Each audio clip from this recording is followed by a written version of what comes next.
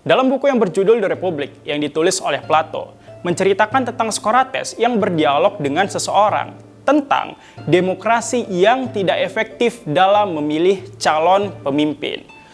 Jadi Socrates bilang kayak gini, menganalogikan sebuah kapal yang akan berlayar di lautan dengan sekelompok masyarakat. Nah, agar kapal ini bisa berlayar, pasti akan dipilih sekelompok orang untuk membawa atau memimpin kapal ini dalam berlayar. Pertanyaannya, dalam memilih sekelompok orang yang akan menahkodai atau mengendarai kapal ini, sekelompok orang seperti apakah yang dibutuhkan?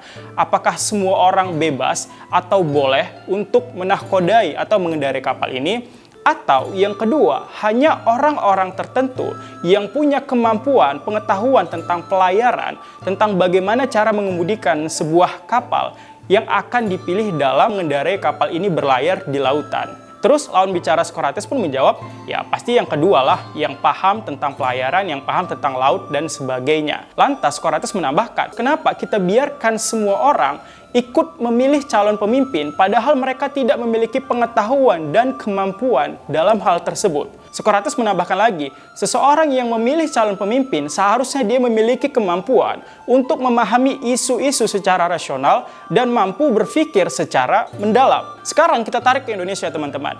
Indonesia adalah negara yang dalam memilih calon pemimpinnya digunakan sebuah sistem yang namanya demokrasi.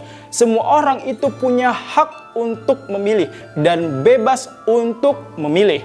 Nah, pendapat pribadiku mengatakan berdasarkan apa yang kuperhatikan selama bertahun-tahun dan ikut serta dalam pesta demokrasi ini.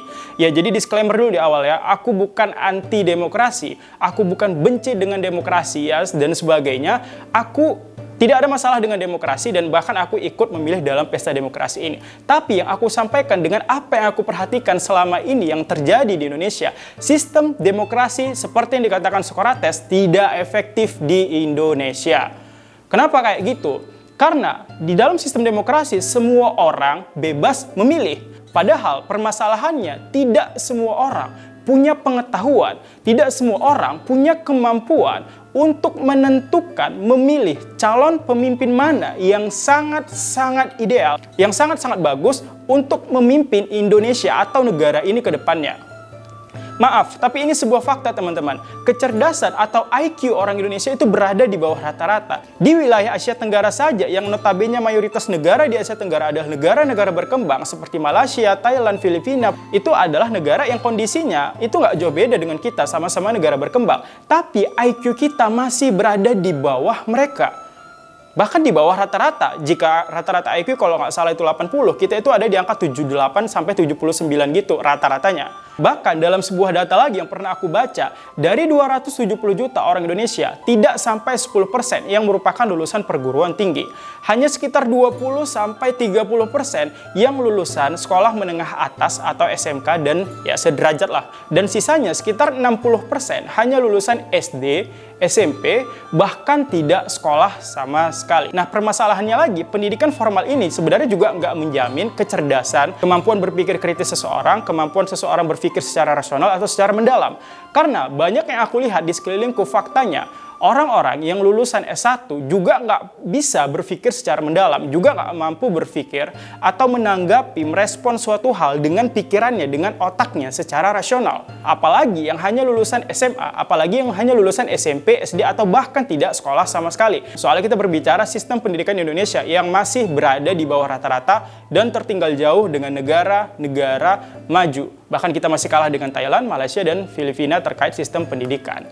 Nah, akhirnya ini sebuah fakta teman-teman bahwa kondisi masyarakat kita mayoritas adalah orang-orang yang tidak cerdas, orang-orang yang tidak mampu berpikir kritis atau tidak mampu memahami sebuah isu-isu dengan pikiran yang rasional. Makanya sering kita itu kemakan hoax ya.